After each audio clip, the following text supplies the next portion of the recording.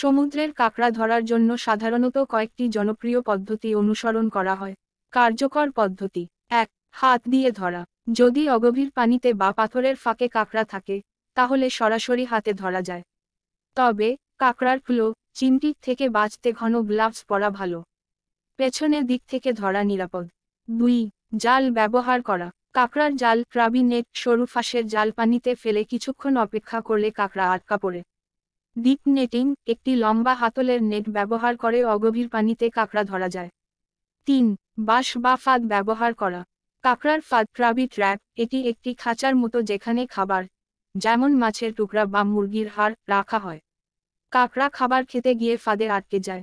বাঁশের খাঁচা, বাঁশ ও জাল দিয়ে তৈরি খাঁচা গভীর পানিতে রাখা হয়, যা কাঁকড়া ধরার জন্য কার্যকর। ৪. ফাঁদে খাবার ব্যবহার করা। কাঁকড়া আকৃষ্ট করতে সাধারণত নিচের খাবারগুলো ব্যবহার করা হয়: ছোট মাছ বা মাছের টুকরা, মুরগির চামড়া বা হাড়, শামুক বা ঝিনুক। ৫. রাতে কাঁকড়া ধরা।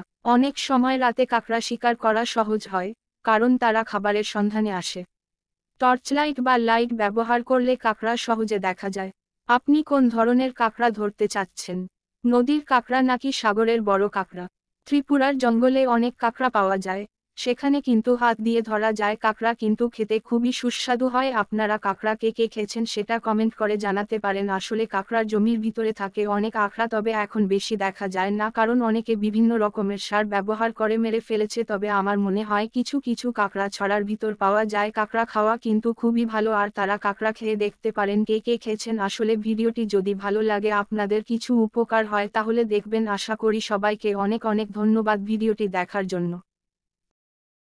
বন্ধুরা, কাঁকড়াগুলো কেমন লেগেছে আপনাদের কাছে সেটা শেয়ার করলাম।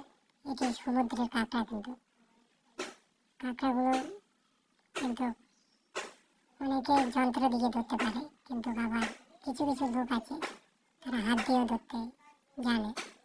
তবে এটা কৌশল করে ধরতে হয়। আপনারা ভিডিওটি সম্পূর্ণ দেখুন, তাহলে অনেক কিছু দেখতে পারবেন। সবাইকে অনেক অনেক ধন্যবাদ জানাচ্ছি ভিডিওটি দেখবার জন্য। থ্যাংক ইউ সবাইকে, অনেক অনেক ধন্যবাদ।